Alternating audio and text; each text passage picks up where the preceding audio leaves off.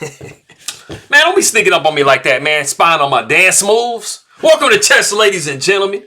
I appreciate you guys very much for stopping by, but I do have one of the games for you from the Tata Steel of this year, 2024, that they held in India. So I got Wesley So versus Praggnanandhaa Rameshbabu. So all of my people that are coming from the Philippines, I will say Maraming Salamat. Anybody who is coming from Tamil Nadu, I will say Mika Nandri. I appreciate you guys very much for stopping by. This is round number 13. If you guys are ready to go, man, let's take a look and see what we got for this game, son. All right, man, so we got C4. It is not a very common move that you see in the opening of the chess games at the highest level, but, I mean, they're usually pretty transposable. So we got knight to F6, we got knight F3, we got the move E6. We still have transpositional possibilities. And then we do have the move B3, which is a little bit rarer. But as you guys know, you do have the possibility of going like a D4 and then D5 comes. And you just have a plain Queen's Gambit decline situation. But we do not see that. We got a fianchetto situation. So we do see the move D5. We got bishop to B2. We got the move B6. We got pawn taking D5, pawn taking D5. And then we do have the move G3. So for those of you who do play D4, this should look somewhat familiar to you. This is kind of like a Queen's Indian, just kind of without the C-pawn. Usually you'll see like bishop A6 or bishop B7, and you have a lot of pressure on this diagonal type stuff. We do see bishop B7. We got bishop G2. Bishop goes to E7. We got castles by white.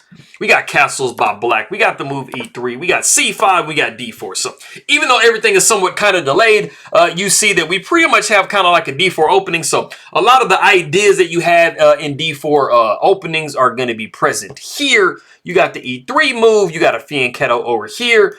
This is similar to like Catalans and stuff like that. So I mean, learning D4 openings is always beneficial for you. We do see the move knight to A6, and this knight is going on a journey. We got knight C3, we got knight C7, we got rook to C1, knight goes to E6. And we are just trying to make sure that we pressure D4 and C5 as much as possible. If you do have a situation that comes up where you have pawn taking and then this pawn taking, you do have somewhat dynamic hanging pawns, and it does benefit black to have some pressure on D4 so that D4 can be pushed. You might get a passed pawn. We got rook to E1, we got rook over to C8, and then we do see the move knight to E5. And like I said, black is hoping for a pawn taking here, and you see the hanging pawns. You are putting a lot of pressure on this square right here. So, but like I said, we did not see it. We got knight to E5. Both players are basically trying to hold the tension as much as possible in the center until the most opportune time, and that is this high-level chess. We got bishop going to D6, and then we do see knight to E2, which is the novelty of the game. It's kind of crazy because we were picking like not the absolute highest moves for like a really long time. So for knight to E2 on move 15 to be the novelty, it's kind of crazy to me. We do see queen going to E7, knight goes up to F4, rook F slides over to D8, and now we have found our opportune time. This bishop was sleeping, and it was like, bro, put me in the game. Put me in, coach.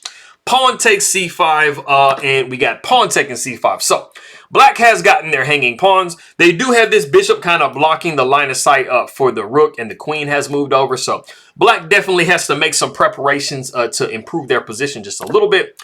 We got knight down to G4. Knight takes G4. Queen takes G4.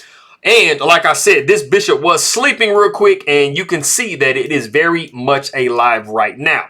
You don't really want to take here because then the pawn is going to take and the queen is going to laterally defend. But it's nice to keep the pressure rolling. And then also you do have some pressure on this, vulnerable pawn right here. So like I said, black has some preparations of moves that they need to make. And it starts with bishop to B8.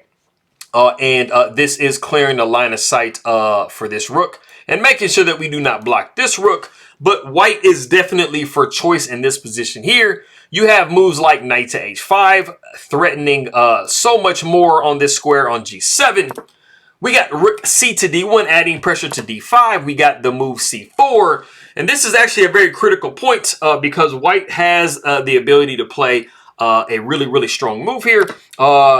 We do see pawn taking c4 and then rook taking c4. This does somewhat activate black's rook here.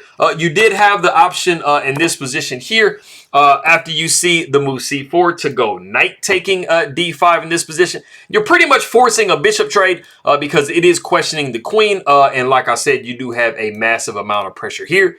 And most importantly, the rook is not activated against this queen. So that is definitely a little bit better. But we did see pawn taking c4, rook taking c4. So you see the slight difference in the situation. And then we do see bishop taking d5.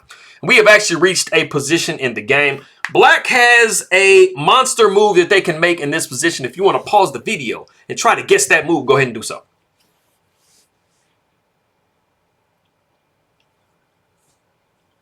Okay, so like I said before, you do have some discoveries possible here. Not discoveries, but you do have this knight pinned to this queen somewhat. So there's a move that you can play in this position, and it is rook takes d5. And it is taking advantage of the fact that the knight really doesn't too much want to take here in this situation. We do see rook taking d5. If we back up in the position, instead of rook taking d5, I think a lot of you probably would be like, hey, man, it feels a little bit more natural to take with the bishop here. You could be seeing that after the bishop takes d5 here. You would actually be seeing white going here with knight taking d5. You would be completely hanging your queen, but it's all good at the end of the day because you are going to be up a pawn. After the rook would take on g4, you would be looking at knight taking d7 with check, the king sliding over to f8. Rook taking with check, and then after something like knight takes d8, you would be looking at knight to f5, and white is actually very, very active in this position here. You have the rook possibly swinging over, the bishop checkers possibly coming and stuff like that, and like I said, you are up an entire pawn. We did not see that in the game.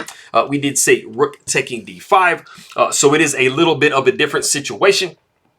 Because you are not looking at that rook dropping on the d8 square. We do see rook taking d5, bishop taking f4, and it gets kind of dicey right here. This is kind of like a minefield. You see that pretty much like, you know, you have this rook that's on pre, you got this bishop that's on pre, you still have that mate threat going on, so both players are really having to make sure that they are not stepping on a mine. We got the rook d to d1, saving the rook. We got the move h5, and this is kind of a gangster pawn, homie. Like I said, you do have the queen attacking this right here. The knight is really kind of holding it for the moment. But you really kind of want to knock this queen away. And this is what the move h5 is doing. You are trying to deflect the queen over.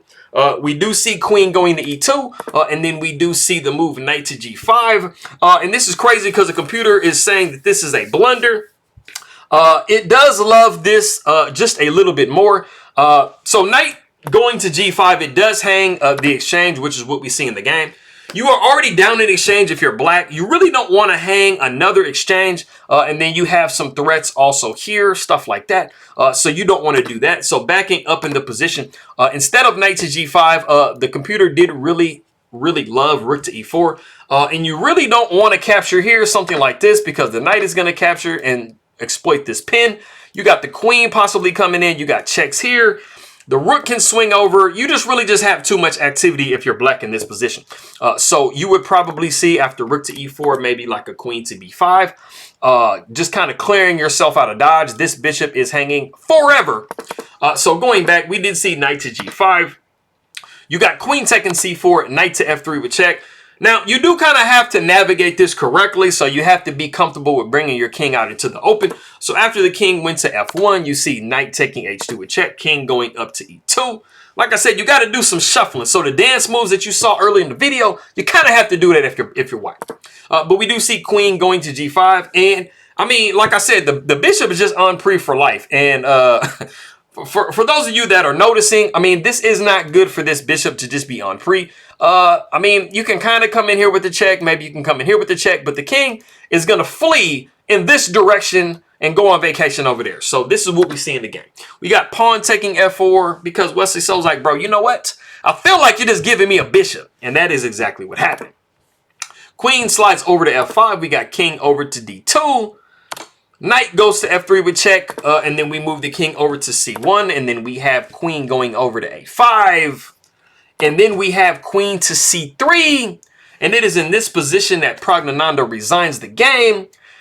and you resign the game. For any of you that are sitting there looking like, I don't understand, like, why, why I'm resigning the game. Well, the problem that you have is if you are black, you are down a piece. So what you absolutely 100% never want to do is trade pieces off the board, especially the queens, because you are reducing your attacking chances. So in this position, you are as white threatening checkmate on G7.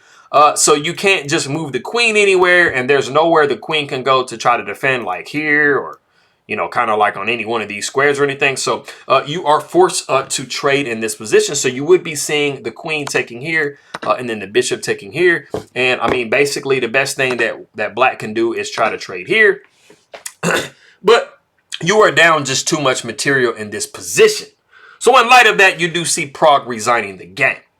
So, so pretty nice game, I think. For those of you that might enjoy that kind of game, I appreciate you guys very much for stopping by. Did I get am I kind of getting blurry? But all of my people that are in the Philippines, I will say magandang umaga. It is 5-something in the morning over there. Magandang hapon if you see this in the afternoon. Why do I keep getting blurry, homie? Come on, son. Hook me up, bro. At least it's at the end of the video. There's not a lot of people that make it here. So if you made it here, you are a straight gangster. I appreciate you very much. Maraming salamat yung king makaibigan po sa nanonood ng king ma video. Anybody who is coming from Tamil Nadu in southern India, I will say vanakkam and mika nandri. I appreciate you guys very much for stopping by, and I'm gonna see you guys next time.